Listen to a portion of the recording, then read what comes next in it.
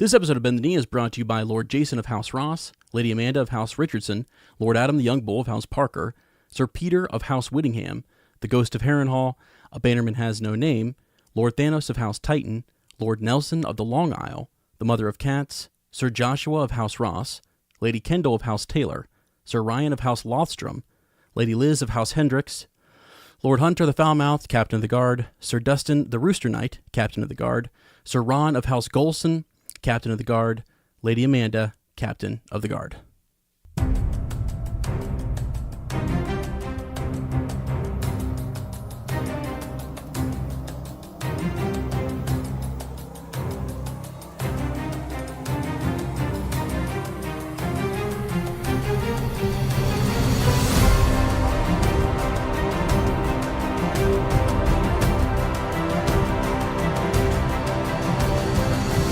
Hello and welcome to Bend the Knee, a Song of Ice and Fire podcast. I'm Sir Matt, the Bud Knight.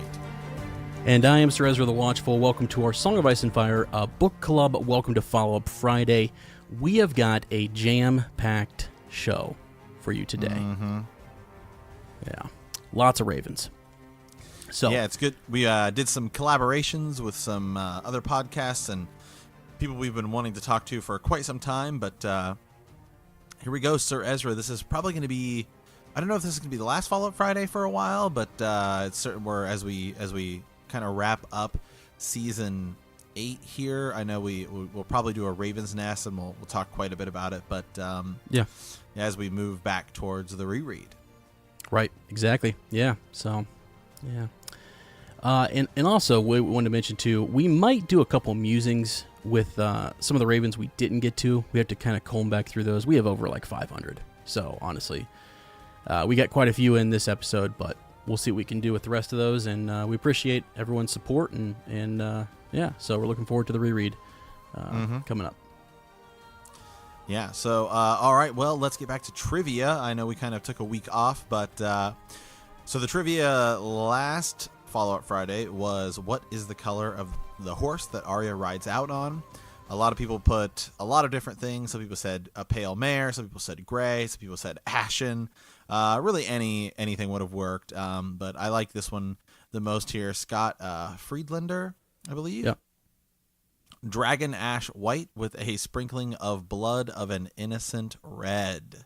I like that. So, Scott, be sure to send us a message, and we will get you a Funko Pop sent your way. I believe I'm putting in the orders this week for all of the prizes for everyone else who has participated that hasn't received theirs yet. So those are coming.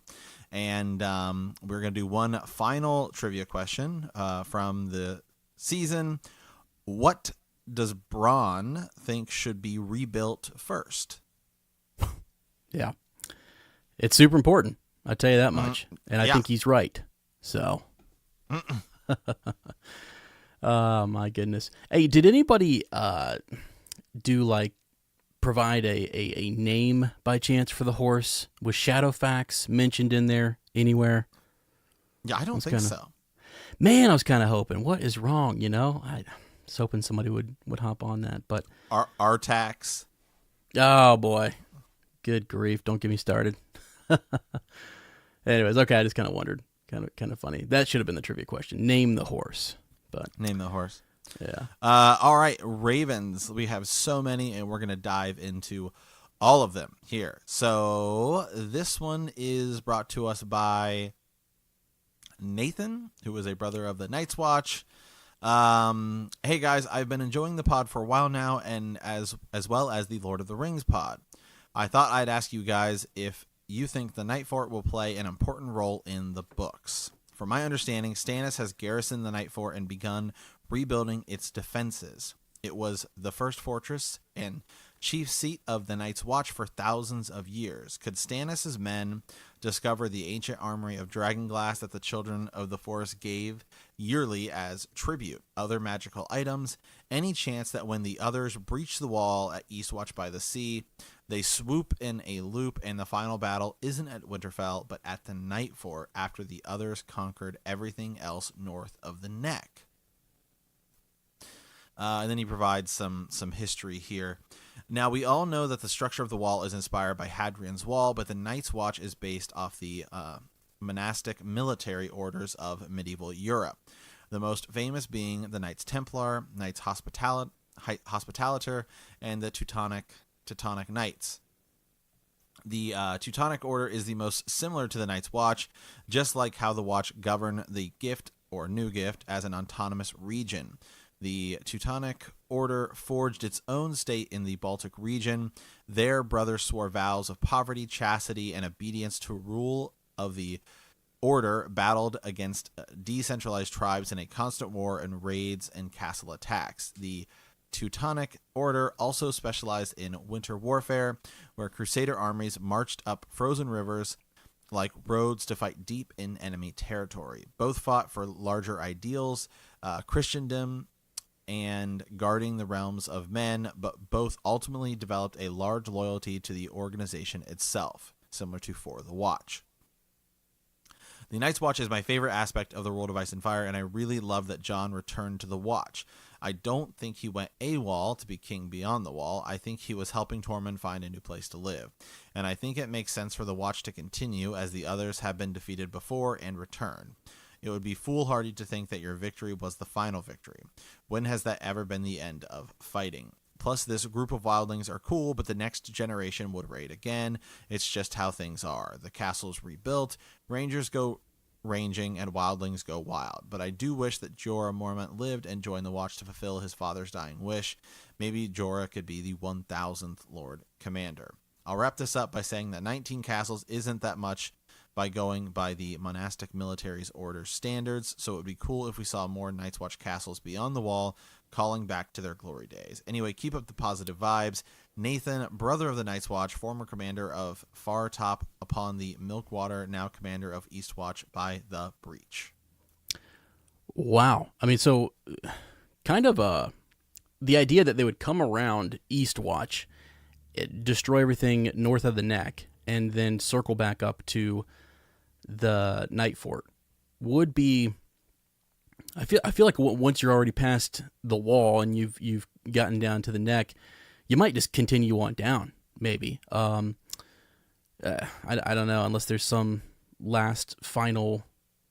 I almost imagine that maybe the battle would happen a little quicker there at the Night Fort, perhaps, or maybe it doesn't happen. You know, as we see in the show, right, with the dragon or the ice dragon, and we know that there's a magical gate that Sam that he says his vow in front of the Black Gate and is able to get through there. That could be a way in which, once Bran is marked or something, they're able to get through, or someone else is marked. Who knows? But there's like a magical aspect to the Night Fort.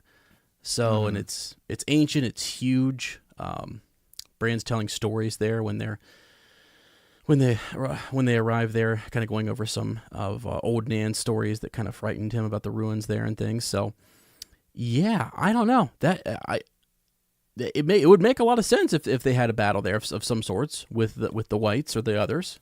But yeah, I don't know. Thoughts, Sir Matt? Now that we've seen potentially many plot leaks, I guess, of the books, right? With the show, we assume that some of it's got to probably happen similar ways. But so now we get to start picking and choosing and saying, this, I don't think this is going to go like this in the books. I don't think it's going to like this in the books. One of the biggest ones is Stannis Baratheon. So Ezra, you and I are both kind of under the... You and I both, I think, believe Stannis might win this battle against Ramsay Bolton. Yes, right. Stannis may win this fight. And in the event that does happen in the books, I think it would be more fitting and more of a push for possibly Jon to be this Azor Ahai character if Stannis were to lose fighting the others. I think that would be a much bigger telling point to Melisandre. Oh, I've made a big mistake. Okay. Yeah. Right. And because in the show, Melisandre resurrects Jon after Stannis has died. it's after Stannis has Mm-hmm. has lost that she brings Jon Snow back. She feels broken and defeated, and Yeah. through Jon Snow's resurrection is where she gets her in a way resurrected herself. Gotcha. Yeah. So I think that that's something different. You know, the Hardhome incident is something that also doesn't happen in the books. It seems like that's what's going to be happening, right? Like that's what Val is going to go bring Mm-hmm. people south. It's not John, it's Val and Tormund. So Mm-hmm. it's entirely possible that the knights that the others that we see that scene go down, but John it may not be there. So I think we could have something where Stannis tries to fight the others, and that's how he loses. Mm-hmm. Yeah. Now that and because if Stannis beats Ramsay, and then you kind of tie up that storyline, I think the only way to really push that, because remember Sansa's not there, right? Sansa's Mm-hmm. not the one that gets married to Ramsay in the Yeah. books. Right. So I think the other big aspect in the books you have is Lady Stoneheart, and I think it seems like George has said she's an enormous role, and that's going to play a much bigger part Mm-hmm. in the final chapters or final two books. So a lot of those storylines we saw from the show, some of that stuff may not even be happening at all with our characters. So that's kind of how we have to go back when we start looking at the book. So I think it's entirely possible that I think Nick or Nathan here is onto something, and that we will get a big battle with the others. Because as you and I have talked about, there isn't a Night King essentially in the books. There isn't a centralized one central figure that we associate with the others. There is the Night's King, the 13th Lord Commander, and we've speculated about him possibly being the Night King in the books if one shows up. I do believe that there will be a central figure of the White Walkers, whether it's the Night King or not, or it's just one kind of key figure that's kind of like the main guy of the Knights of the White Walkers that they could end up fighting, though. So yeah, I mean we're gonna see. I'm certainly I certainly agree that we could have a big battle with the others at the wall, At the Night Fort. Yeah, for sure. And as you say, we could still have someone emerge as like the Night King or a leader of those people. So that still could happen. It may not. It may just have been easier storytelling in the TV show, but we shall see there for sure. But I hope the Night Fort plays into it, and there's an epic battle there. They have to retreat there or reinforce it and somehow garrison it to full strength, maybe, if they could. I don't know. Yeah, the way it's being used right now, I mean, it's kind of in the hands of the Baratheons and stuff. So we shall see. Yeah. Mm-hmm. All right, Okay. let's move on here. Who We have so many Ravens, so yeah, we kind of have to move. Yeah, we through can't spend these. too much time. Yeah, and they're actually a little bit longer. So here we go. Hello. I love the podcast so much. I'll try to keep this short. First off, I want to start by saying that I absolutely love this show as a whole and will rewatch. Loving the show has turned me to the books, which I am now in the middle of the third, and am really happy with them so far as well. The acting also was so incredibly awesome, and I thought that everyone did a phenomenal job with their characters. Agreed. I thought that as well, that the acting was superb. So in no way do I mean any disrespect, but I was very heartbroken by the ending in many ways. I really wanted to see Daenerys' rule over the Seven Kingdoms. Her and Arya have been my favorites since the beginning. I really was unhappy with the way they made her seem so batshit crazy. I mean, yeah, there was the King's Landing massacre. Without getting too political, I'm sure that the U.S. has massacred plenty of innocents while at war, not justifying killing innocent children, just stating that it's not something we've never seen before. I felt like the show made it seem like losing John's love was her breaking point. This saddened me because for someone who has come such a long way and seen so much, it seems so weak that she forgot what all this time has taught her. Okay, about men, I guess. And actually, true when you think back about the way she's gone through several, and even in the book, she's got a couple different what do you call them? Courters, people at court who are looking to, seek her hand in marriage. Suitors, and things. yeah, suitors. That's the word. Yeah. So, anyways, didn't really like this stereotype. John would be dead 10 times over if it wasn't for her, Tormund. Oh yeah, John's so crazy he rides a dragon. My queen gave life to dragons. I digress. A lot of people knew that she had really lost it when she said they don't get to choose when talking to John in the throne room, which ultimately led to him killing her. I really disagree with this. I feel like when she said this, she meant no slavery, no slavery, no killing, no raping, no stealing, and all that jazz. They don't get to choose the law. From what we know of the laws she wanted, they all are just, quote, they don't get to choose, as in lawbreakers shall be punished. So the idea here is that we're making the case that the phrasing there, that they don't get to choose, is about the way in which they're ruled, or the way in which, like these laws, that there is no choice, this is the way it's going to be, concerning, the new governance, I guess. I'm sorry, but that doesn't seem so different from the society we live in today. There are laws that, if broken, you will be put in jail, a place where you are a slave. Is her idea so different than what we have in today's society? As I would have loved to have seen Cersei live and be captured at the end. Cersei live, be captured at the end, and live to the rest of her days in the dungeons. Imagine that opening scene where you hear Cersei talking about every time a Targaryen is born, the gods flip a coin and whatnot.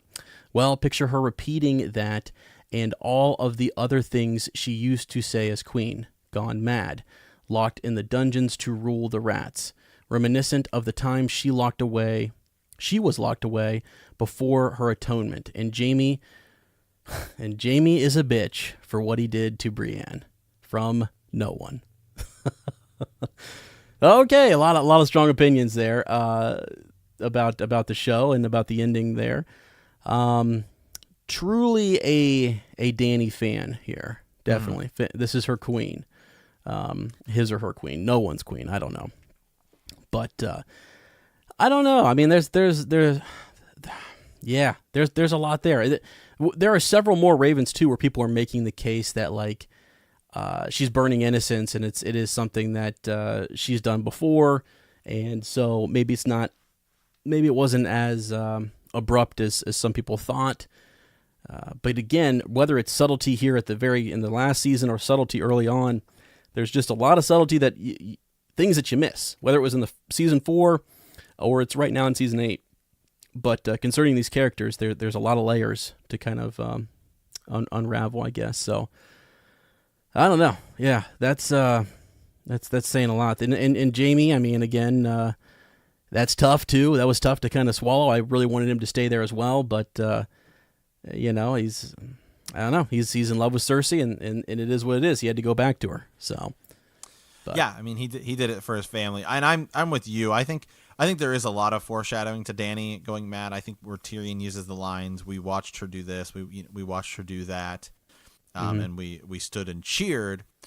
Again, we've talked about this so much at this point that it needed to be a little bit longer. We needed about 1 or 2 more episodes at least, and then you could have really built that. See her how she's really changed over the loss of Jorah. We get in episode 5 we get her where she just seems broken after Missandei's death. We needed something like that with Jorah as well, and I think that would have really helped. Okay, now we can see it a little bit more. We see her with seeing Jon be loved, and she says she doesn't have that, but with essentially zero dialogue in episode 3, and episode 3 being just one enormous battle, you lose out a lot of that, a lot of storytelling. Yeah. I mean, it was still Right. amazing. I love that episode, but just in terms of what it did to the season, it ate up a lot of time.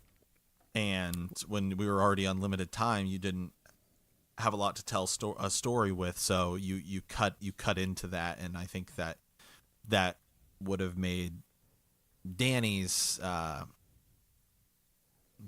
dive into madness a little more believable for some people. I think a lot of people felt she had that sort of that 180 turn.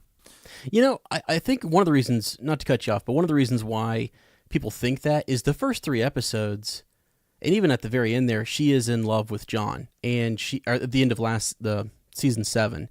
So leading into this, she's even though she does some bad stuff there with the Tarley's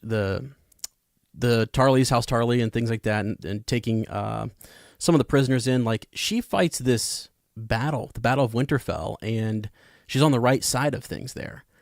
So she's doing good. She's on the right side of this, and Cersei is not, and the Lannisters aren't. And then all of a sudden, there's this switch. So even though stuff had happened seasons ago, it's like we kind of forget about that because of all the good things she was doing in the first couple episodes, if that makes sense. So Absolutely, yeah, absolutely. I mean, and I really like what she says about the not getting to choose. Because Dany did say that. Well, the slave masters don't get to choose the laws, and we saw how that kind of, that hurt her before. But they don't get it. They want it. And then she had to kind of struggle with that, with slavery and the fighting pits, and then she decides to open it, and it didn't end up being a great idea. So, for her, for that to ultimately be her downfall, I don't know. I kind of thought it was. It was good, but I can still see people saying there's just not enough of it. Mm-hmm. There's just not enough of it. Yeah. Sure. Now, one thing I do agree with no one here. I agree with the idea that I would have liked to have seen Dany rule the Seven Kingdoms. Actually, it would have been. It's one of those things you think about, like, well, what if? What would it have looked like? She does kind of give you some idea of her plans, and that's ultimately why Jon says no to that, and plunges a dagger into her. But I would have liked to seen how her rule would have been. So absolutely, yeah. All right. Okay. On to Lord Blue Stingray here. Go ahead. All right, gents. I completely jumped off the Dany bandwagon when she started executing people seasons ago. People tend to forget that burning people alive is an atrocity. So bad that Jon gave the King Beyond the Wall Mance Rayder a mercy kill. That is true. Then there's the crucifying and burying alive. Some say that the problem was how D&D rushed her downfall, yet very few were bothered by any of these awful things she did at any point in the show. Most viewers simply wanted to like her. I think the backlash would have happened on any of these last few seasons, even with a slow maddening. I can see people complaining about how D&D were ruining the character. Any season thoughts? Lord Blue Stingray says it has 460 HP. So I think he's talking about his car there. Yeah. Yeah. So that I thought this was kind of something we were hinting at earlier, but the idea is, I mean, yeah, if you like Dany and you like Dany so much, kind of like Tyrion, you like her so much and you believe in her because she seems better than Cersei at the time, and she's freeing slaves, but she's doing pretty terrible things to the slave masters and to others along the way. You know, it's sort of, you overlook it, and I mean now it's like she kind of goes, I don't know, full bore. She with the burning of innocents in King's Landing, now everyone's kind of like, wow, she's really lost it. Some people still like her, as you know, no one pointed out here above that. Hey, so what? I mean, she burning up the city. Maybe it was time to air quote break the wheel, and it's time to start everything over, torch the place, it's hers to burn anyways by rights. The Targaryens, it's theirs. So the whole reason King's Landing is there is because King Aegon the Conqueror, landed there, Sir Matt. I mean, hey, how often do we see sports teams say, "All right, it's time to fire sale the team and go into complete rebuild mode"? That's all she was doing. That's all she was doing. I don't know why. She had a legit fire sale and was like, "All right, we're going to rebuild this from the ground up." Right. Yep. She's just trying to be the New York Knicks. There's nothing wrong with that. Okay. Right. Yeah. Now the crazy thing is when you put her next to Jon, I think that's when Tyrion and Varys and everyone else starts to kind of say, okay, in comparison, we were comparing her to Cersei before. Probably not a good, we don't want either one of those leaders really. We want Jon. And when you look at it, Jon doesn't want the throne, what have you, but he's not maybe the best player of the Game of Thrones, if you will. So, but he's a better person, I guess, and has a better moral compass, maybe. Depending if you're following, what vows you're under. You know what I mean? Mm-hmm. So, but no, I think this was a really good point. So, because some people are just going to be mad regardless because their character arc didn't turn out the way they wanted it to. Same, the Jaime thing. We were talking to Lady Mallory in our collaboration a couple of days ago, and it's like that. It actually kind of makes sense that he would go back to Cersei, but it's not what you want, and so therefore you're not happy with it, even though it actually probably does make sense, and in reality that's probably what he would have done. So I mean, it is what he did in the show, but just thinking about if this were real life, which it is to me. So yeah. So okay, all right, Debbie A. Sir Ezra. Yeah, I'm new to your podcast and find it extremely enjoyable. I want to share a perspective on how I view Dany's path to her ultimate mental break. If you track it way back to when she was so horrified when one of the dragons accidentally killed the farmer/shepherd's child, don't recall what season, to her burning the slaves and then, or the slavers, burning the slavers, and then burning Sam's father and brother, she gradually was able to rationalize the escalating levels of violence. When she lost Jorah and her friend and confidant was beheaded in such a cruel and vicious way, she snapped. And it was a short trip from there to indiscriminately killing everyone, children included. It certainly doesn't speak well to the writer's opinions of human nature, but we've seen it happen in the real world throughout history. The Crusaders and the Holocaust are prime examples of this. These are just my thoughts. Thanks for all you do, Debbie. So, Lady Debbie, I mean, yeah, like there's the contrast, right? In that she's horrified that the dragons would accidentally kill the shepherd's child, and but then okay with burning the slavers before that, actually, right? And then, I mean, then she justifies. Well, and again, she even before that though. So when she first burns the slavers and then flash forward to Sam's father and brother, there's good reason, I guess, in her mind for doing those things.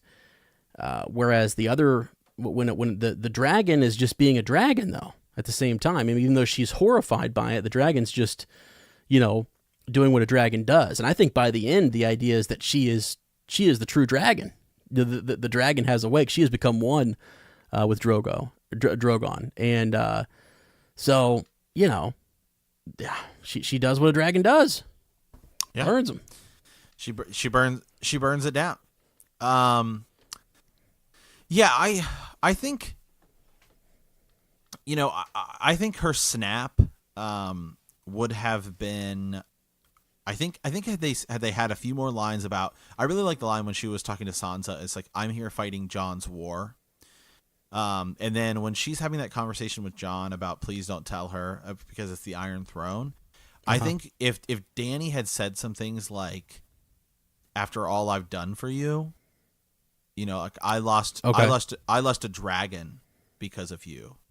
Yep, I lost, and this is before she loses the second one. But that's kind of on her own. But still, I mean, she's like, I lost a dragon because I wanted to fight. I wanted to fight your war for you, John. Mm-hmm. Yeah. I lost Jorah Mormont because Right. I wanted to, because I helped you fight your war. I think that could have really pushed it more. It would have given, like, literally just those two lines could have really amped up the situation of why we see her going into that.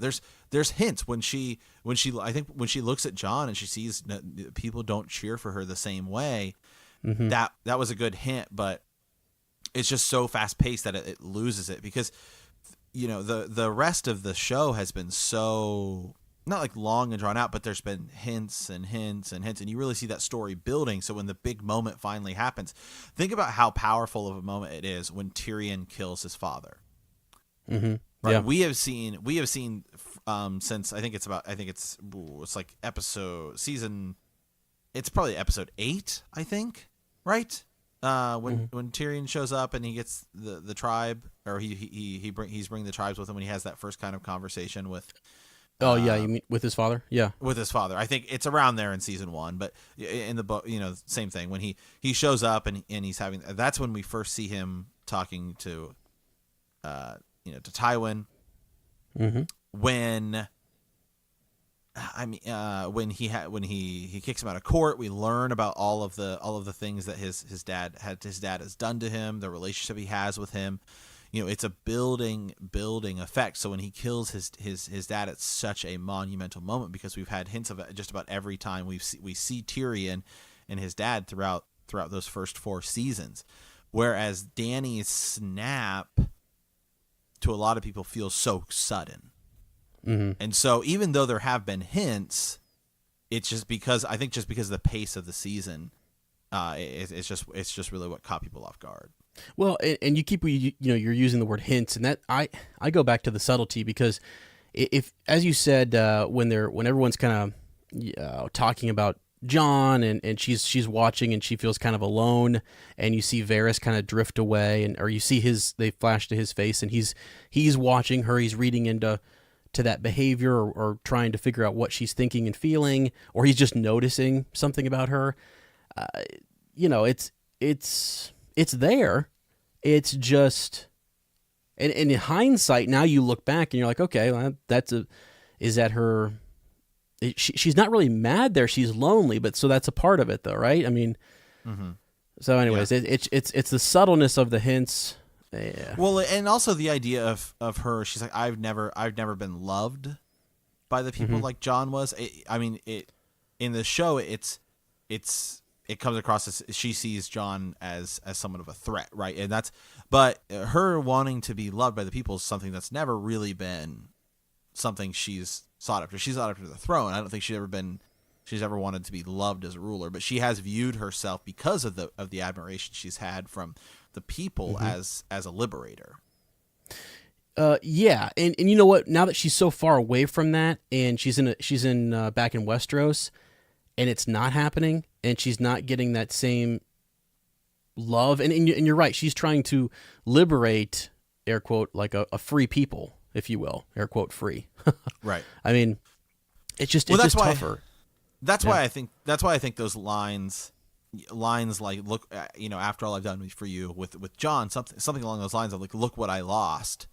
Yeah, sure. And then, and she still doesn't get the love that John has, and like, just like something like that would really, it would create so much more story and so much more build for it, because now it's, I did this fighting for you. I lost these people, and not only do you have a stronger claim than me, you're also get more love than me, and then it also creates that situation where John does tell Sansa.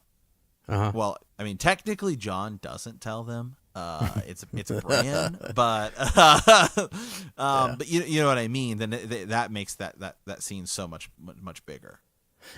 One thing I just thought of this when you were talking about the whole where Tormund's patting him on the back, and the guys are around him talking about how just, I don't know, she has that moment where she looks at him, right? Wasn't it just before that or whatever, when she has her moment with Gendry and makes him? It's just before that, when she names him Yeah. because it's still pretty formal, and then she names Gendry. Gendry gets up to go find Arya, Right. and get friend zoned. Right, but look at the reaction she got from people when she did that. You know, people clap. that was, I think people thought that was a great move. But then she looks over and like what she's trying to do is impress like Sansa. It's like she wants certain people to love her and like her, because that was a solid move, and it seemed like it was brownie points for her. But then moments later, Jon does nothing. You know, he doesn't do. I mean, he just is who he is. He doesn't have to even try, and people love him, I guess. Right. So another line that would have been cool is because they once Dany has done it, she pretty much just has two scenes, right? Once she's taking King Landing, she just has essentially two scenes where she gives her speech, and then two when she's talking to Jon. I mean, if she had said something along the lines of, like from when I was born, my brother Viserys always told me that the people had secretly been cheering for the Targaryens. Mm-hmm. And she's like, and they still, and now I see it, like they cheer for me today. And, then you can say like, well, there's who's left to cheer, something like that, because I think that's what they were trying to go with. And, right. Exactly. You've killed all the people that supposedly were supposed to be cheering for you and that you're supposed to be rescuing. I think some people are may just use Dany as did the show writers make it 100% abundantly clear that Dany in her own mind thinks she's doing something that is absolutely right. Yeah. Right. Yeah, I don't know. Yeah, because that's scarier. I mean, because at the end it did seem like that she was justifying it and stuff, but they showed us in the moment where she kind of snaps, and she's up on her dragon by herself, so we're kind of getting to see what Dany's going through emotionally right there, and then later on it's like she's justifying it, she's rationalizing, she's whatever, explaining it away. So. All right. Well, okay. Let's move on here. All right. I think this next one is me. This is Sir David. My lords, I, for one, enjoyed the season. Game of Thrones has been one of the most riveting shows ever, and as the seasons have come and gone, characters have died and storylines have become less complicated and less tangled. So for me, it makes sense that the last few seasons don't have the same complexities as the first few seasons. Listening to your podcast, you made a remark that you wanted Bran the Broken to use his three-eyed raven abilities to reset the events or possibly warg into a dragon. But if you do remember when he was being trained, his interaction with Hodor in the past was a mistake. When Bran visited his father, he went to rescue Lyanna from Rhaegar. When he shouted "Father," the prior three-eyed raven, aka Blood Raven from the books, condemned his actions. He is simply supposed to be a spectator and not a participant. So it makes sense that he did not use his abilities to change events or warg into anyone or anything. However, I would have loved a little nod to his powers during the final interaction with Jon Snow, when Jon tells Bran that he is sorry for not being there with him. I would have loved to see Bran tell him, "You know nothing, Jon Snow. You were exactly where you were supposed to be." I think little details like that would have added so much more to the scenes. I think the ending was bittersweet. Sweet to see Tyrion, Davos, Sam, and Bronn all interacting. Sweet to see Sansa crowned queen of the North and Arya enjoying her independence. But it was bitter for Jon. He practically saved the realm twice, once by uniting the North to defeat the Night King, and two by killing Daenerys. And then he is banished to the North, never to own any land or have a family of his own. No justice for Jon.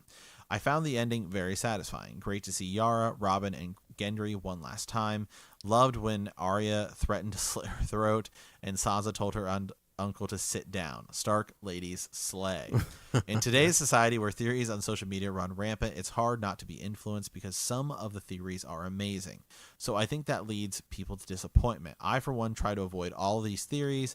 If not, then Bran would be the Night King. Looking forward to continuing your podcast and also checking out your Star Wars podcast. May the Force be with you because the night is dark and full of terrors. Sir David. True. Yeah, that is, and that's something that we talked about before, Sir Ezra. I think one of the things that has been so unique about this is we get used to, with movies and television shows, waiting a certain amount of time, right, for the next installment. With movies, it's usually at least it used to be, a movie would come out and you'd have to wait 2 to 3 years for the next one. But now, because the fandoms are so large, there's always a new movie coming out, and it's tying into something. I mean, just look at Avengers or even the DC movies. There's the after credit scenes, right? Mm-hmm. Even in Star Wars, we've had a Star Wars movie about every other year since they've mm-hmm. come back. Well, and then you had the Han Solo movie, which wasn't even a year later; it was like 4 months later. Right. So there's always been that next installment or that next little tease. But Game of Thrones went essentially 2 years without anything. So the hype was so big for the final season. What's going to happen? And you have the buildup from the books because of the situation we're in where the books aren't there. So it's not like we have source material to go off of. Yeah. When the Lord of the Rings movies came out, like, we knew all you got to do is go read the books if you want to know what happens. When the Twilight movies or Harry Potter or any of these other big book to movies, Hunger Games, all that stuff had the books, so you could go read the books, and then you would know what happened. Game of Thrones hasn't been that way. And so much of the fun has been speculating because we've always felt for the longest time no character is safe. Uh-huh. So I think the time off really did lead to massive buildup, and then their promotions too, because it's not like it was ever a show that was, all right, these are the good guys, these are the bad guys, and we kind of know what's going to happen, right? Mm-hmm. So let's take Star Wars for example. So I think it's pretty safe to assume Rey in Star Wars probably going to live, right? I think that's a pretty safe assumption, right? Right. In Avengers, you're kind of like, I think it's pretty safe to assume the majority of our characters are going to make it out, right? Mm-hmm. Yep. Mostly because they've announced the next 30 years worth of movies, and all of those characters are in it. But with Game of Thrones, the promotions have never been, here's the good guys versus the bad guys. It's, here's all of the characters sitting on the Iron Throne. Who's going to win? Yeah. So even the buildup from the showrunners and HBO has been, only one can sit the throne. Who is it gonna be? Right. And everyone has their favorite characters. So I think that's another thing, is you were never gonna have fans who were happy. Mm-hmm. And I think the time off, and as Sir David's saying here with the social media, the buildup just gets so big to where it leads to disappointment. Well, let's go back to the Crypts of Winterfell, for crying out loud. I mean, absolutely. We were on that for 2 to 3 weeks. Like, okay, something huge. The Night King's coming there to unleash something or someone or whatever. And there's nothing really. It's just Jon's heritage a little bit, and some of the dead wake up there, which is crazy. So, yeah, I totally agree here with Sir David. Just the idea, like as you say, the hype and everything was so crazy. I mean, we even had a promo from the showrunners about our 3 Starks, down in the crypts, turning and seeing winter creeping up and stuff. So it's like, yeah, we were building that up in our minds. We thought that was going to play like a much bigger role, or it was going to be something huge. We were talking about the size of the crypts underneath Winterfell, and we were just going nuts. And it wasn't just one storyline. It was two. It was 2 storylines: the Night King and Cersei. And you and I think a lot of people thought for the longest time it would. I mean, there were so many people said the Night King's going to sit the throne. Essentially, or just win or kill everyone, and everyone's going to die. And so there was 2 storylines that for the longest time, I would say the large majority of people would feel that it could end with not just who's going to sit the Iron Throne, what character, but are they even going to beat the Night King? Mm-hmm. Or how is that going to play? So there was so much of it was so wide open, more so than I can think for a lot of content, in its kind of final moments. Right. Yeah. Yep, for sure. Okay. All right, let's move on here to Lady Meg of Scotland. Here we go. Just rewatching season 3, episode 3. There's this funny parallel here with Tyrion and awkward chair movement in the small council. Huge fan of the podcast. Just subscribe to Hyperspace Hangout. Wow, everyone should be subscribing to Hyperspace Hangout, by the way. So, but yeah, I mean that was one. I actually was thinking he does have a couple awkward moments with chairs and that council table. So yeah, just quick shout out to her, and we appreciate the love and support. So yes, all right. Yeah, let's move on here. I think we have Lady Rihanna. Got a raven from her. Sir Ezra and Sir Matt, I discovered your podcast at the beginning of season 8 and have been a faithful listener each week. I've been stewing over the series finale for several days now, and I have a lot of theories that I just need to put out there. First, is Bran / the three-eyed raven actually evil? ? I fully believe at this point that he is. Wow. We know that Bran had some ability to see the future prior to becoming the three-eyed raven, and we can only assume that he maintained and extended upon that ability after becoming the actual three-eyed raven. That means he knew Dany was going to destroy the city when he told Jon about his true parentage, and he set that wheel in motion so he could eventually become king. Second, despite Bran's inability to have children, we know that the three-eyed raven can take over another body and make that person the three-eyed raven. So what will stop him from doing just that? Oh, okay, I see. Taking over someone else's body. Wow. And then setting that person up to be the next king over and over again. Wow.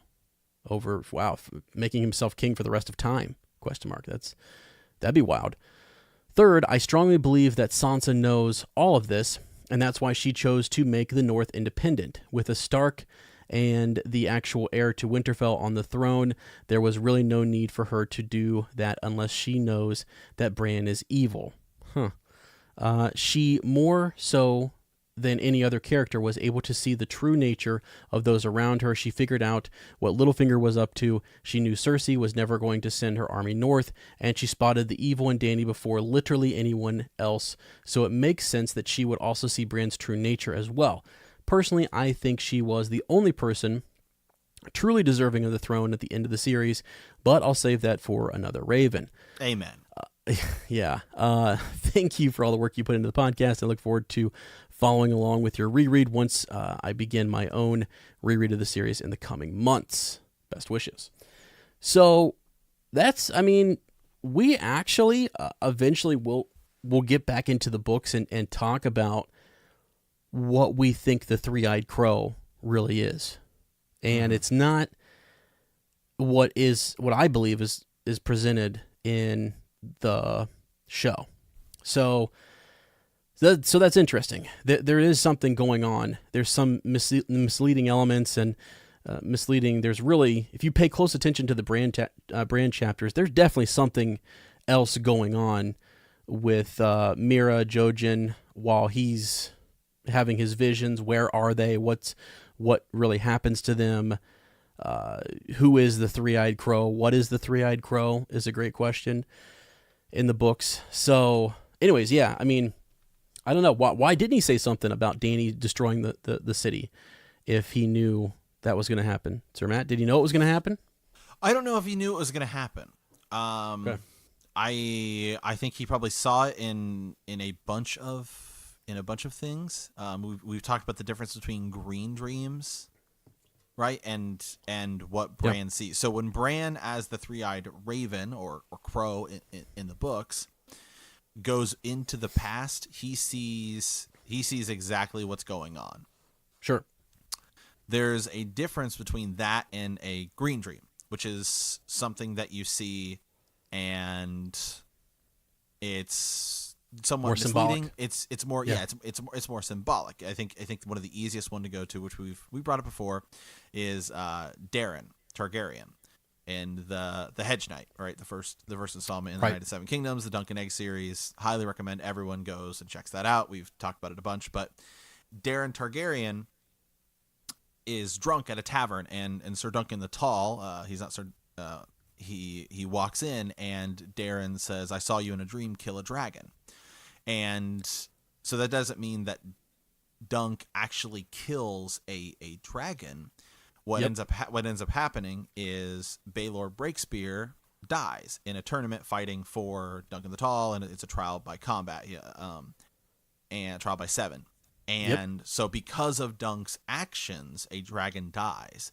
So I think that there is a difference between green dreams and what the three-eyed crow / raven can do. And so I don't know if just because Bran saw that thing one time doesn't necessarily mean that he remembers it or that he thinks it has symbolic nature in the future. It could just be a mess of jumbled things.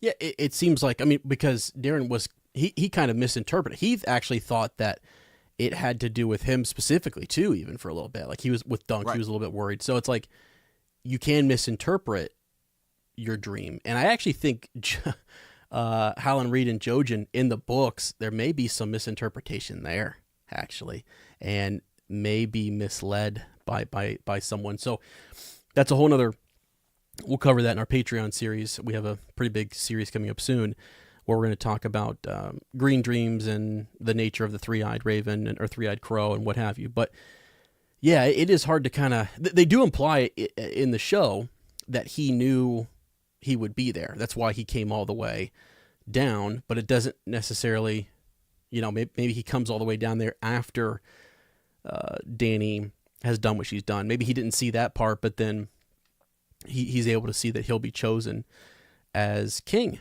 So, because it's not like he's all knowing and he can predict the very next move you're going to make or the next thing you're going to say. That's not really what his abilities are, I guess. So, yeah, it's a little bit more complex than that. So, but anyways, I think it is an interesting point about Sansa being very perceptive and learning how to play the Game of Thrones, learning from Cersei, learning from Littlefinger, all of that. I really do like Sansa.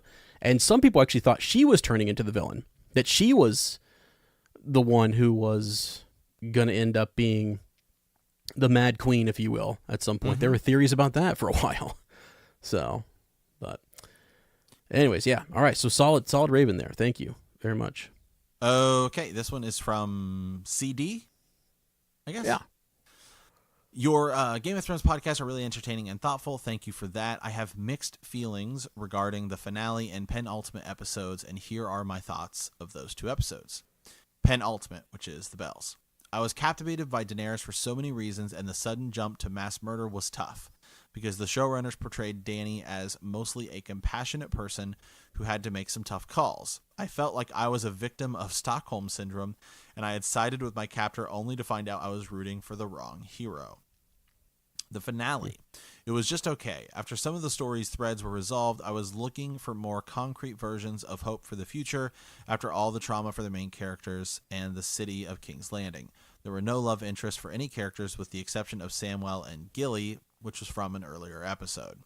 Bran, who will not or cannot love. Brienne as Kingsguard, no. Podrick as Kingsguard, no. Gendry, nothing implied. Tyrion, nothing. Bronn, hookers, possibly. Davos, no interest. Arya, no interest. Sansa, no interest. Jon, nothing implied, even if he abandons the Night's Watch.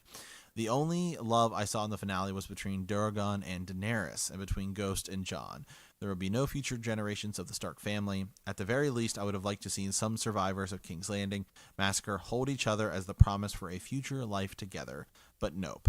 It was a very cold-feeling show, much more bitter than sweet. Grey Worm's constant grumpy face was a good summary of the last episode. Thanks for reading, CD. P.S. The music and cinematography were amazing. Wow. The grumpy face. I was getting tired of Grey Worm there at the end. I love Grey Worm, actually, clear up until all of this happens. But, man, I was hoping Jon would, have at it. And, that's a good point about the citizens of King's Landing. It would have been nice to see more more of that, or to see some of the rebuilding happening, or something. Did we see that? I don't remember. Did they show any rebuilding of the city? Nope. Or No, not really. Okay. Yeah, it just, okay. I mean, it seemed like it had a, happier feel there at the end, but I don't know that we know what was going on. And yeah, this is a good point that a lot of our characters, there is no major like love, two characters who end up in love or whatever. It's almost a tragedy, right? Jon and Dany Jon kills Dany, and then he's exiled, essentially. Mm-hmm. So, yeah. So I guess, yeah, I think a lot of people would say that they have mixed feelings regarding the finale. Oh, because there were moments that I loved, that I thought were really good, and actually the moments that I liked, some people didn't like. I liked I like seeing Brienne right in the book, and I even thought some of the stuff with Bran there at the very end, going and looking for the dragon and stuff, that hint that it's still out there and he could find it, was cool. And some people hated that because they wanted to actually see him do it. We keep wanting to see Bran do things and use his powers, but yeah, we just don't get to. So yeah, it's mixed for sure, but yeah, I don't know.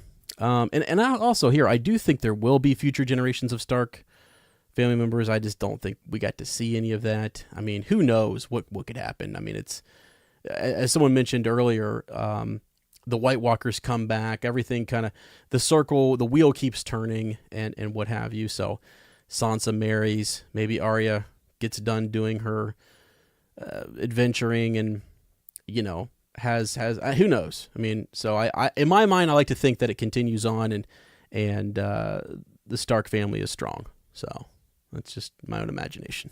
So, okay, on to let's see, Jeff of House Wilson. Yep, correct. Okay, hello, sirs. I'm a new listener to the podcast, and this is my first Raven. I'm a big fan of the show and your podcast, and I'd like to share my thoughts with you. I realize this might be long, so feel free to pick and choose and summarize as you see fit. I'll start by saying that I thought the final season did feel a little rushed and maybe not as fleshed out as it could have been. That being said, I liked how it ended. It seems after reading social media posts on the show, always a tricky thing, that a majority of people disliked it. There are some things that could have been done better, but there's a lot that could have been far worse. Okay, I believe that there is enough foreshadowing to see where Dany would end up with her numerous executions of her enemies over the course of the show. Couple that with the seemingly single-minded focus of reclaiming Westeros and her increasing isolation from people she cares about, and it's not a stretch to see what that could do to someone's mental state. Another thing that people seem to be upset about is Dany's death scene. I believe everyone knew who was going to kill her, and it wasn't a surprise when it happened. This was foreseen in her vision. People were also wondering why Drogon didn't kill Jon when he showed up. You can see in that scene the intelligence that Drogon has. He is not some dumb big animal, but a true character with feelings and intelligence, and I absolutely loved it. You can see he is grieving for his dead mother and obviously very angry, but I think he knows who Jon is and what his heritage is. He knows the fire won't hurt him, so he takes his anger out on his surroundings. I also believe that while I'm sure he knows that Jon isn't exactly blameless, he blames the circumstances surrounding her death and sees the Iron Throne as a symbol of that, hence its destruction. You could also look at it like he's saying in a fiery way, if my mother can't sit there, no one can. Either way, this shows a high level of intelligence that I thought was awesome. I like that the throne was melted. It went out the same way it was forged. It is a symbol of power that drives its seekers mad, and with it gone, in my eyes, it breaks the wheel that has been turning for centuries. The ending with the Starks, I believe, is fitting for each of their characters. I'll start with Jon. I believe his happiest times in the show happened while he was north of the Wall with Ygritte. So going back to the Wall, or what's left of it, is something that he wouldn't be all that upset about. He also gets away from all the politics that he hates. This was also foreshadowed a little bit when Tormund told him that he has the true North inside of him. He is going back to a place with better memories. Maybe not necessarily good memories, but certainly better ones. I have never really been a big fan of Sansa, but I will admit she does grow on me just a little as the series goes on. Her ending, I believe, is fitting because becoming a queen has always been something that she wanted, whether it was on the Iron Throne or in Winterfell.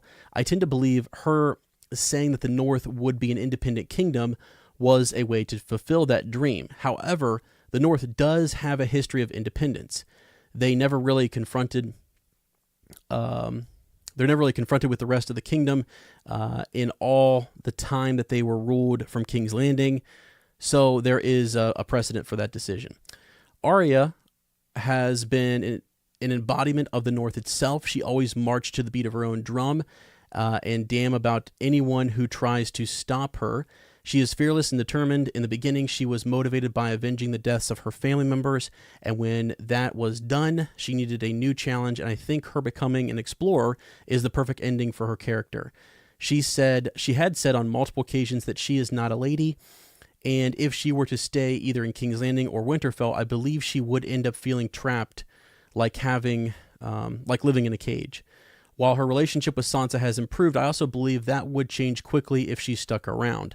And finally, Bran, honestly, he's the question mark in the whole story, so his arc is quite difficult to predict. That being said, I feel like he is the best choice to be king because of his unique abilities, because he is the embodiment of all man's memories. He knows the people the best, and I believe that he can help the people of the Seven Kingdoms far better than any king or queen who has come before. That's all I got. Thanks for your awesome podcast. Keep up the good work. Jeff of House Wilson. So there we have some satisfying endings, for the Starks to some, or fitting, I should say, to use his words, fitting endings.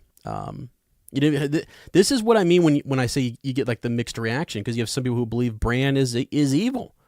He's evil for what he's done, but then for some, it's like he's going to do this. He's going to do great good for the realm and for the kingdoms. And actually, Bloodraven, you go clear back to the Dunk and Egg series, maybe was doing what he thought was best for the realm, even though just like Varys. Yeah, it could be considered air quote evil, but yeah, it's for the realm. So is Varys the ultimate winner? I mean, in that he gets what he wants, or that the realm is the realm is put in a better position.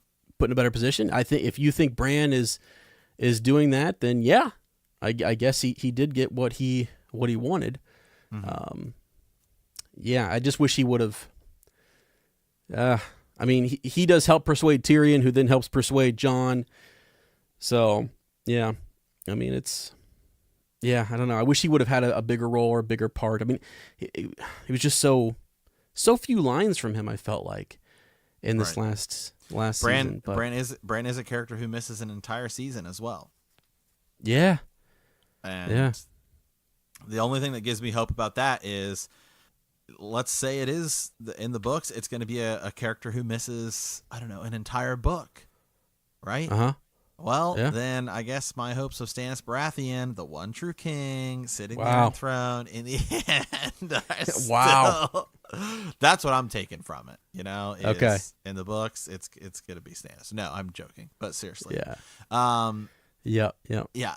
No, I agree. There's definitely, like you had said, Sir Ezra, the Bran ending up sitting the Iron Throne is something that it's kind of a shocker.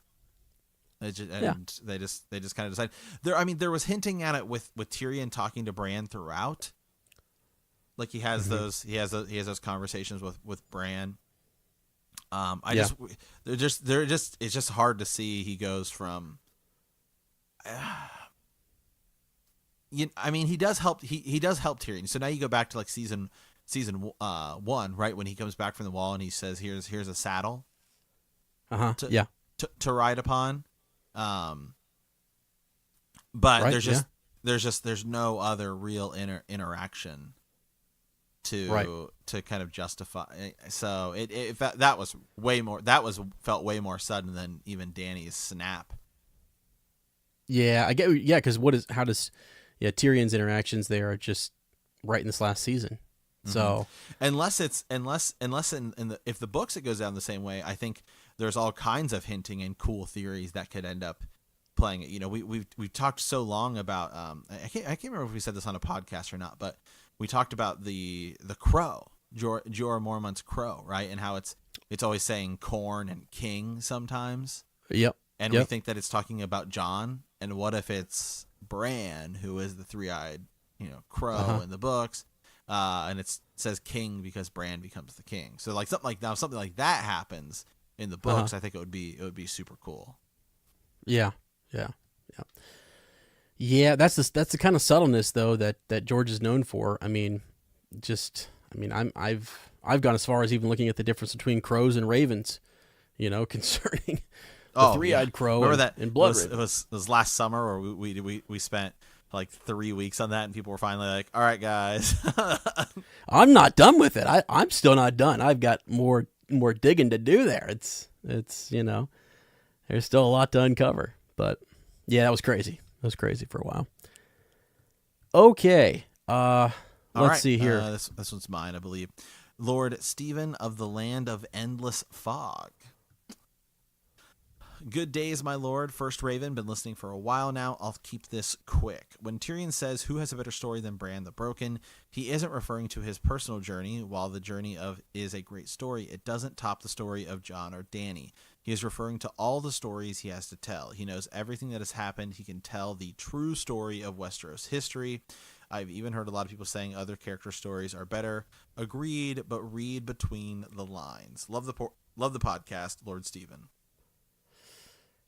Yeah. Read between the lines. The story. I mean, Bran kind of knows the truth. Like he can go back and give a true telling of the histories.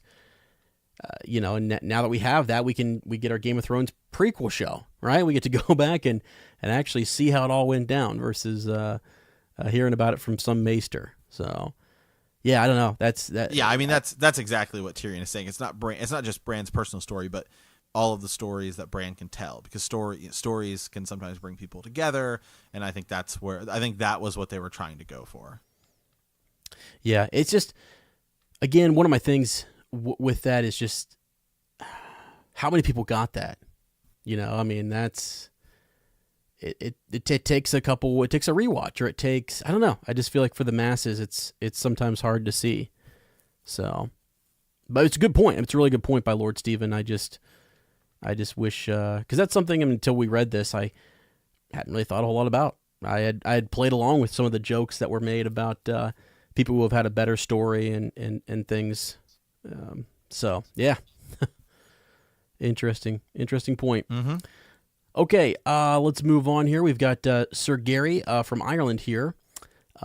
Says, I started listening to your podcast at the start of the season, and I've really enjoyed it. I'm not going to talk about Season 8 because it is what it is now. There's no changing it, Sir Matt. We can't change it. All right?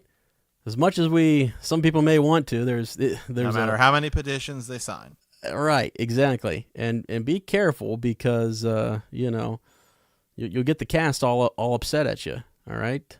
Sophie Turner will be out there. She'll be starting her own petition here soon. So I just wanted to talk about everyone's love for Sansa as I call her, mini Cersei. Now, before I go into details to back up my opinion, Sansa spent a lot of time around Cersei, so it's safe to say she learned a lot from her. From the brief time we see Cersei as a child and the many times we see Sansa as a child, we can see similarities. Both are spoiled girls who do everything right and put other people down to feel better about themselves. Okay, but people say Sansa is fighting for her family like Cersei, but I don't believe this. Both want to win themselves, even if they have to use family members to do so. Now, my reasons for this are we take Sansa moments throughout the show/book, and obviously with books unfinished, things could be different. Firstly, when Ned wants to get his daughters out of King's Landing in season 1, all Sansa worries about is her own self-interest. I want to be queen. I know she was just a child, but she never changed. When Cersei told her to write a letter to Robb to come and bend the knee, she didn't have her family's interest in mind. She wanted to be queen. When her marriage falls through to Joffrey, she's happy, or is she? Sansa has been thought to lie. Sansa would have easily married that monster to become queen, and probably killing him like Cersei had done to Robert. Let's move on from Sansa goes to Winterfell to marry Ramsay. Why? Not in the books. As Littlefinger said, if Stannis wins the battle, he will make you Lady of Winterfell. Again, self-interest. When she realizes that Stannis lost, she escapes to Jon on the Wall and tells him he must take back Winterfell. Now, I'm not going to go into the battle plans for the Battle of the Bastards, but Sansa has never led a battle or doesn't know the first thing about them, and she gives everyone advice. That it is nonsense. So Sansa had knowledge of the Vale coming to the battle. She doesn't control the army of the Vale, so no one or two things happened. Sansa told Littlefinger to manipulate Robin, or Littlefinger told Sansa he was going to do it. Either way, the Vale army was kept a secret. Why? Because Sansa wanted Jon to die in the battle and thus use Jon. Then use the Vale army to win the battle, and we would end up with Sansa as the Lady of Winterfell. Sorry about the long raven. These are my opinions, and I could go on. I hope you get the chance to read it.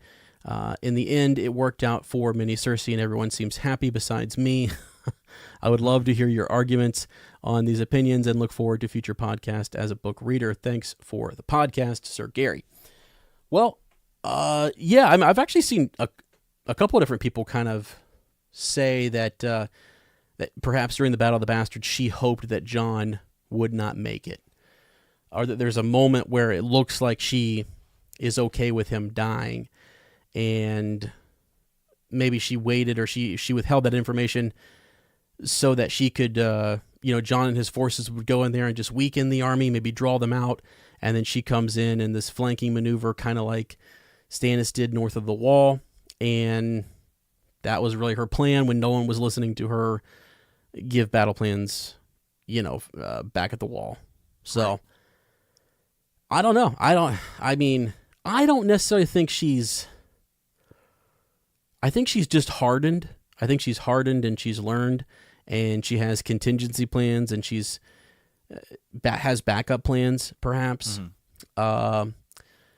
If you're not going to listen, then maybe she's going to prove it to you, I guess. So she keeps saying that she knows Ramsay, and she knows that he's going to try to, draw Jon out there. No one seems to listen. No one's taking her advice because she knows Ramsay better than anybody else. And that all of that setup is just so bizarre, because it's not going to even come close to happening that way, is it, in the books? I mean, not even close. So no, I don't think so at all. She won't have that knowledge, really, as far as I know. So yeah, that'll be interesting to see. I still think the Vale will show up and help out for sure. But yeah. Yeah, when Sansa does that, I don't think it's necessarily. I see that shot of her that everyone thinks so. But remember, Jon hasn't been proclaimed king in the North yet because they haven't won that battle. I think she has far bigger reason to distrust Jon after he's proclaimed king in the North. She's the one that convinces him to fight because he doesn't even want to. Remember, he says, "I'm tired of fighting." She says, "Well, we have to take back our home." Yeah. When they first meet, that's almost like their first thing. It's like they hug and then they say, "Okay, it's time to take." She's like, "It's time to take back Winterfell." Yeah, yeah. Well, and that kind of feeds into what Sir Gary is saying, is that Sansa just wants to set herself up as the Lady of Winterfell and things like that. I don't really know, though, that she does. I just think she's hardened, and she's learned a lot from these different situations, and she does believe she is one of the smartest people out there now. She's learned from Cersei. She's learned from Littlefinger. She used to think Tyrion was one of the smartest people. She was married to Tyrion for a little while, so maybe she picked up something there too. So I can definitely see how she would turn into, as Sir Gary says, a mini Cersei. But wow, I don't know. There are a lot of people though that think that Sansa is kind of gonna turn into a character we don't necessarily like. She's this whiny, spoiled brat, I guess, to start, and then she gets hardened. We kind of root for her, but then she's so hardened that she has a heart of stone herself. A lot like her mother. So. Yeah, I've always said that I thought it would be almost most poetic if it was Sansa that beat Cersei, since Cersei is arguably the best at playing the Game of Thrones, and then it's Sansa who is the little bird who ends up learning how to play the game. That's kind of her story arc, right? Yeah. You just, even in the show, think to that scene where she's telling about how Peter Baelish saved her, right? When Lady Arryn gets kicked through the moon door, and they're asking her about the death and her possible involvement in it, right? And whether or not they should they should save Baelish, and she ends up saving him, and then she's crying, and she just looks at him, right? And she basically says to him, "Oh, I've learned how to play the game." Yeah. Yep. Right. Yeah. So does that make her a bad guy though? Does that make her? No, I don't think so. Right. Yeah. I don't know. I mean, I can see where it's the ebb and flow of a character's arc, right? I mean, because I can see where at moments maybe they wanted you to kind of think it is Game of Thrones, right? So everyone for themselves, who's going to sit the throne.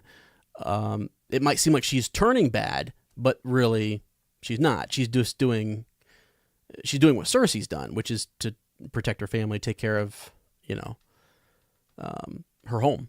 So, well, the term "bad guy" in Game of Thrones, relating to anybody but the Night King, is a pretty loose kind of term to throw around because it's all about perspective.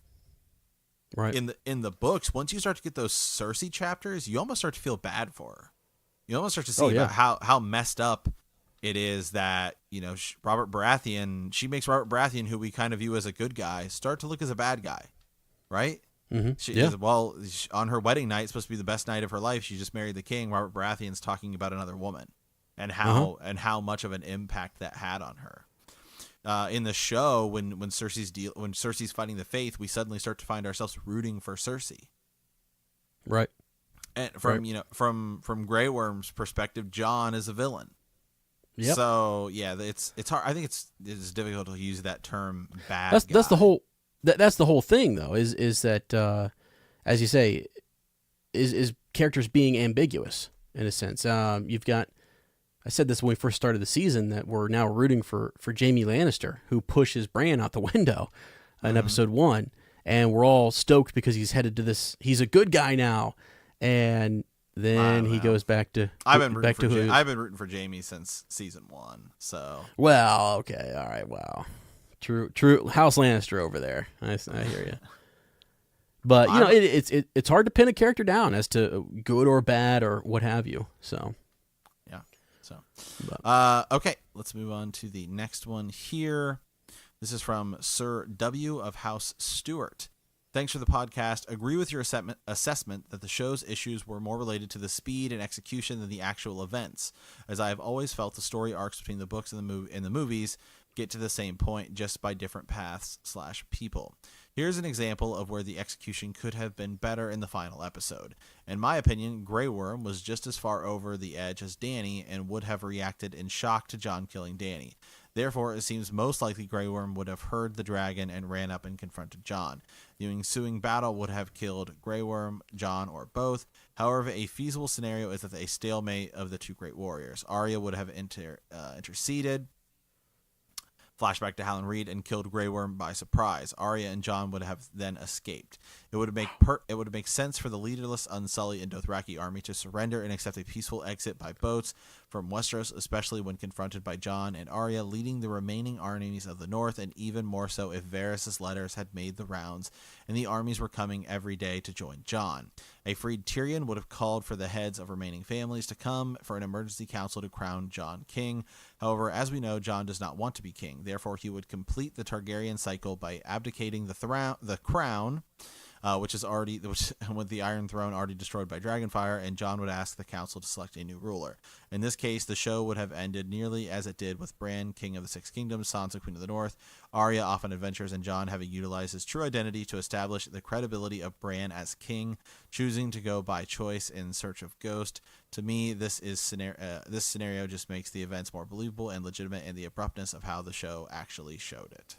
It is the handling of these transitions that were the most frustrating. Sir W. of House Stewart. Agreed. Agreed. This is why I wanted to put this here towards this is kind of these last two Ravens are ways in which you could have ended the show that would have been awesome. That would have been epic if Arya comes out of nowhere and helps to kill Grey Worm, and then they're leaderless, so it's sort of like, okay, what do you do? It's kind of a stalemate between the two armies. Do we want more bloodshed? No, let's just go back home. Our queen is dead. Our commander, our war chief is dead in Grey Worm. So we're going home. I mean, that would have made sense. And then Jon actually him being a Targaryen seems to matter more in this scenario. So Sir W, I love it. I love this. This is great. And I kind of wish that's how it would have went. Yeah. But I don't know. There's also one last way in which I think it could have gone here. So this is Lady Megan. Lady Megan says, "Hey guys, so I hated the ending. She hated it. All right. Mm-hmm. However, my husband had a good add on to the ending that honestly would have made me feel so differently towards it. If after Podrick walks away with Bran, he puts Bran in his room and leaves him alone.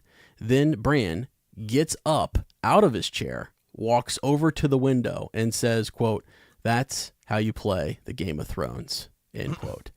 I honestly would have then loved the ending. That to me would have been the Hodor moment we all wanted. Lady Megan." Wow. I mean I've seen a lot of people say really quick, Sir Ezra, that Bran, we get a similar scene, but Bran's eyes just turn blue. Oh yeah. Wow. That would have been crazy too. Yeah, something like that you're just like, wait, what? If he would have stood up out of the, imagine if he would have stood up out of the chair though. Why would that? It wouldn't have made sense. We would have been going back through the whole series to try to figure out why he stood up and all that kind of stuff. I don't know. Would have been crazy. But that it's just things like that. That was kind of the moment that you're looking for. You're like, where was that moment? But going back, I remember in season 2, after Ned had died, and in Clash of Kings as well in the books, thinking, okay, it's going to come down to Bran and Joffrey. I remember you saying that. Yeah, as for the longest time, when we were first into this, that's what I was thinking. I was like, all right, it's going to come down to Bran and Joffrey at the end. And I was like, that'd be pretty cool, especially once Robb died. I was like, oh, okay, it's going to end up being Bran and Joffrey. And then Joffrey died. And I was like, okay, well, this theory's not at the water. So there was definitely a moment back early on when I thought, oh, this could end with Bran beating Joffrey because they're both young and it's their houses and they're warring and but obviously that didn't go the way. But my thought process back then of it was cool. It was a cool thought though. Of Bran possibly sitting the Iron Throne did come true, just not at all how I thought it would happen. Right.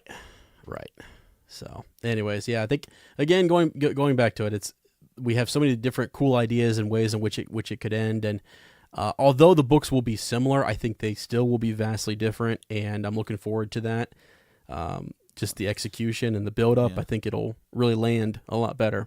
It is kind of cool going back and thinking about Maester Luwin talking to Bran, right, and having his lessons and why they're really important, especially now that he he doesn't have the use of his legs, and his Yeah. knowledge will be his path to greatness. Right. And now he essentially knows everything. Yeah. So I don't know. I think that's kind of a cool way to look at it, as with Bran as the king. Yeah. Yeah, it is for sure. So. All right, guys. Well, that is it for us today. Sir Ezra, I think we need to do some plugging here, and yeah. So first of all, if you want to follow me on the internet, you can check me out anywhere on the internet at Super Gainsbros, Instagram and Twitter. Sir Ezra, where can people find you on the internet? You can find me on Twitter at Womprat_2M. That's at Womprat_2M. I've just been posting a couple. I got the podcast episodes rolling up there, and trying to be more active on Twitter. I've kind of taken a hiatus from a couple other different social medias, but I'll be back. Maybe I'll appear as no one. Maybe I'll appear as who knows. So. Yeah, we Ben the Knee also has a Twitter and Instagram. If you follow us on Twitter, you get notified immediately when our episodes drop, so that's pretty cool. You can also check out our new show called Hyperspace Hangout. It's a Star Wars podcast.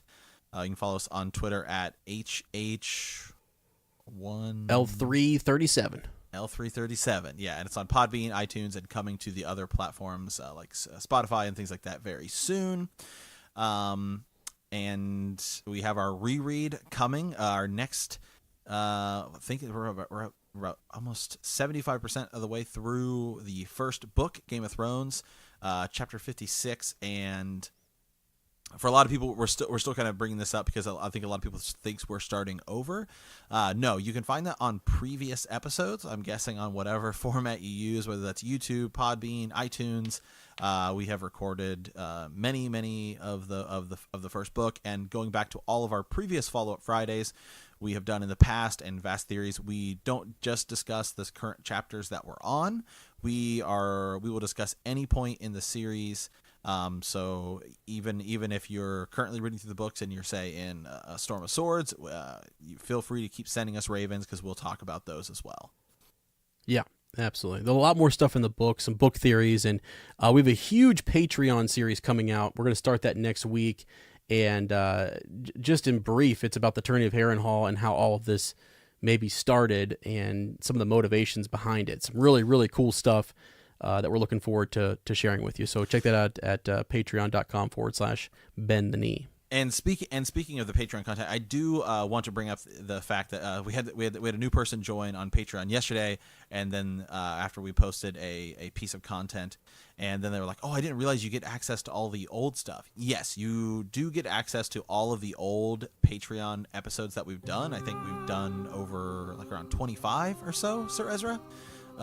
Theories and musings on all kinds of things. So you do immediately get access to all of that content when you join us on Patreon.